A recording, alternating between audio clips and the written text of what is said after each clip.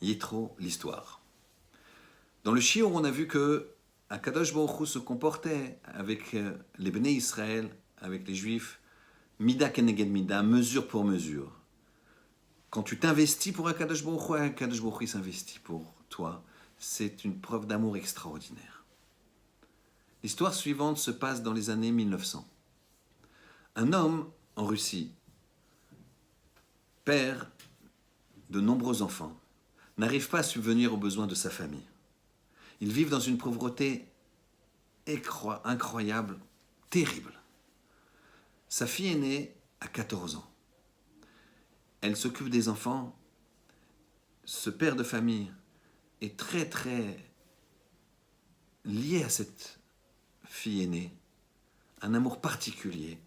Bien sûr, il aime tous ses enfants, mais avec elle une complicité et un amour particulier. Mais malheureusement, avec son épouse, il décide que, n'arrivant pas à nourrir ses enfants, il doit demander à sa fille de partir pour les États-Unis, où là, il y a des cousins qui se sont installés déjà depuis quelques années, afin de travailler là-bas, de subvenir elle-même à ses besoins et d'avoir un enfant à charge en moins ici en Russie. Et voilà que la jeune fille, bien sûr, accepte, le cœur brisé. À cette époque-là, quand on partait de Russie aux États-Unis, c'était définitif. Il y avait très très peu de chances de revoir ses parents, de revoir sa famille. Et c'est dans un silence pesant, triste, les larmes aux yeux, que le père amène sa fille au bateau qui va l'amener aux États-Unis. Et là, alors qu'ils avaient l'habitude d'échanger, de parler, le silence est complet. Le père n'arrive pas à parler à sa fille et ni sa fille à son père. Seul, le père fredonne une chanson, un chant de Shabbat. Qui est Shmira Shabbat? Quand je garde Shabbat, quel Yishmereni? Hachem, il me garde. Et il fredonne ça pendant les 3 heures de marche qui amènent de la maison au bateau. La jeune fille est étonnée. Son père ne dit pas un mot. Et il chante en continu cette chanson. Ils s'embrassent, elle prend le bateau, elle part. Arrivée à New York, elle arrive dans sa famille qui lui dit immédiatement « Tu sais, il faut travailler ici. Bien sûr, je suis là pour ça. Mais ici, on travaille le Shabbat. Alors il n'y a pas le choix. » Quoi? Mais vous travaillez Shabbat? Oui, on est obligé, dit la mère de famille dans un étranglement de voix.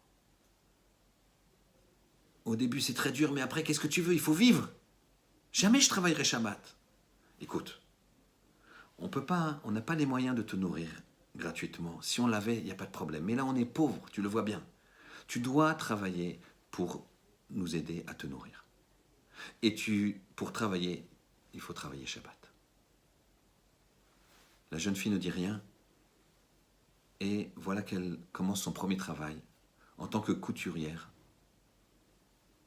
à New York, parmi plus de 200 couturières. Elle commence sa première journée le lundi, elle travaille extrêmement bien. Et le vendredi soir, elle fait kidouche dans sa famille, avec sa famille, et elle leur dit « Je n'irai pas travailler demain ». La famille dit « Mais tu vas être envoyé ». Je verrai, mais en tout cas, je ne vais pas travailler demain. Et elle ne va pas travailler. Le lundi matin, le responsable, contremaître, lui dit « Mademoiselle, vous n'êtes pas venue samedi ?»« Oui, je n'étais pas bien, j'étais fatigué, j'ai eu mal au crâne. » Bon, D'accord, retournez à votre place. Le Shabbat suivant, elle ne va pas travailler. Le contremaître l'appelle, lui dit « Mademoiselle, vous n'êtes pas venue encore ce samedi. Là, je pense que vous ne venez pas le samedi. » Je vous préviens, vous travaillez très très bien, vous êtes une jeune fille très honnête, très efficace. Mais si vous ne venez pas ce samedi, vous serez renvoyé immédiatement. Voilà que le Shabbat arrive, une telle pression de sa famille qu'elle fait semblant d'aller travailler.